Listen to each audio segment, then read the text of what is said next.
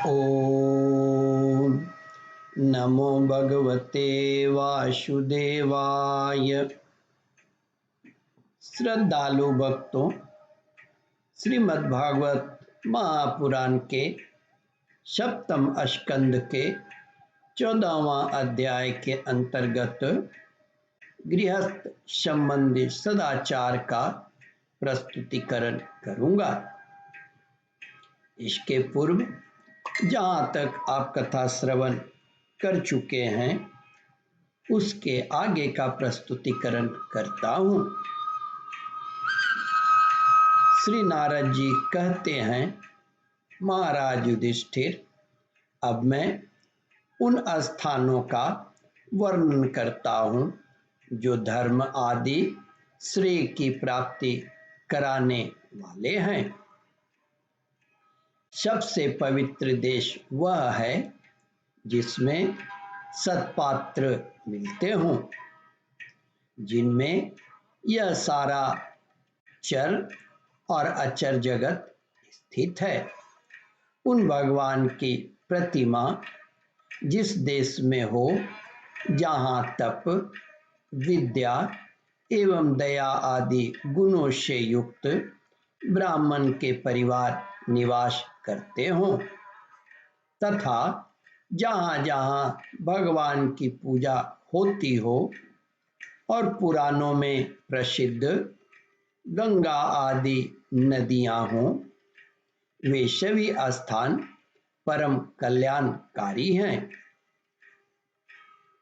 पुष्कर आदि सरोवर, सिद्ध पुरुषों के द्वारा सेवित क्षेत्र, कुरुक्षेत्र, गया, प्रयाग,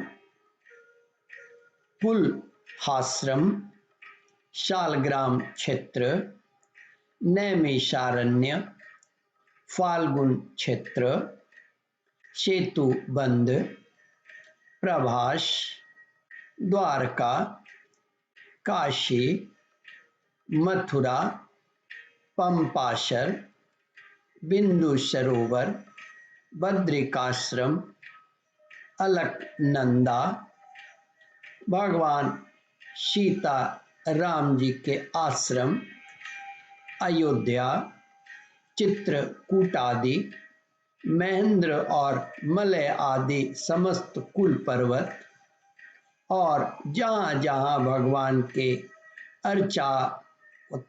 अर्चावतार हैं, वे सब के सब देश अत्यंत पवित्र हैं। कल्याणकामी पुरुषों को बार बार इन देशों का सेवन करना चाहिए। इन स्थानों पर जो पुण्य कर्म किए जाते हैं, मनुष्यों को उनका 1000 गुना फल मिलता है। श्री नारद जी कहते हैं, युधिष्ठिर, पात्र निर्णय के प्रसंग में पात्र के गुणों को जानने वाले विवेकी पुरुषों ने एकमात्र भगवान को ही सत्पात्र बतलाया है। यह चराचर जगत उन्हीं का स्वरूप है।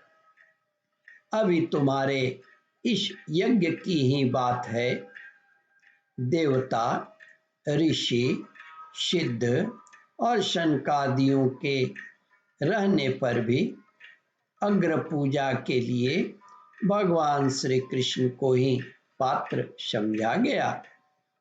असंख्य जीवों से भरपूर इस ब्रह्मांड रूप महावृक्ष के एकमात्र मूल भगवान श्री कृष्ण ही हैं।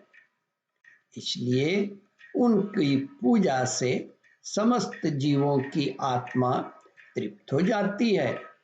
उन्होंने मनुष्य, पशु पक्षी, ऋषि और देवता आदि के शरीर रूप पूरों की रचना की है, तथा वे ही इन पूरों में जीव रूप से शयन किया करते हैं। इसी से उनका नाम पुरुष भी है। महाराज युधिष्ठिर, एक रस रहते हुए भी भगवान इन मनुष्यादि शरीरों में उनकी विभिन्नता के कारण आयुनादिक न्यूनादिक रूप से प्रकाशमान रहते हैं। इसलिए पशु पक्षी आदि शरीरों की अपेक्षा मनुष्य ही श्रेष्ठ पात्र है। और मनुष्यों में भी जिसमें भगवान का अंश तप योग आदि जितना ही अधिक पाया जाता है वह उतना ही श्रेष्ठ है।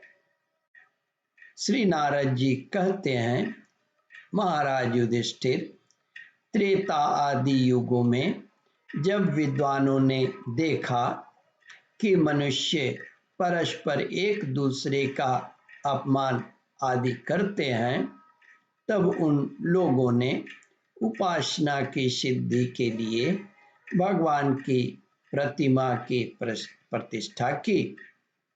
सभी से उसी समय से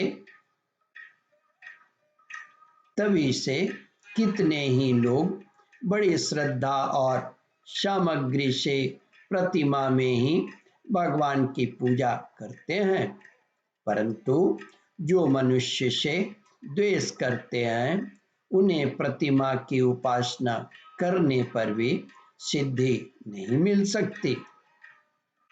युधिष्ठिर, मनुष्यों में भी ब्राह्मण विशेष सुपात्र माना गया है, क्योंकि वह अपनी तपस्या विद्या और संतोष आदि गुणों से भगवान के वेद रूप शरीर को धारण करता है।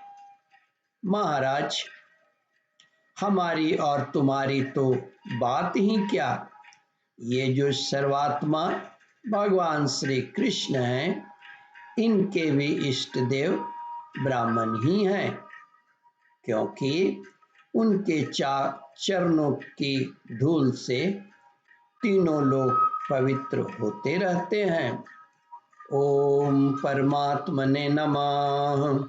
श्रद्धालु भक्तों, इस कथा को ध्यान पूर्वक श्रवण मनन और इसका चिंतन करें। इस कथामृत का रसास्वादन अपने बंधु बांधवों को भी करावे।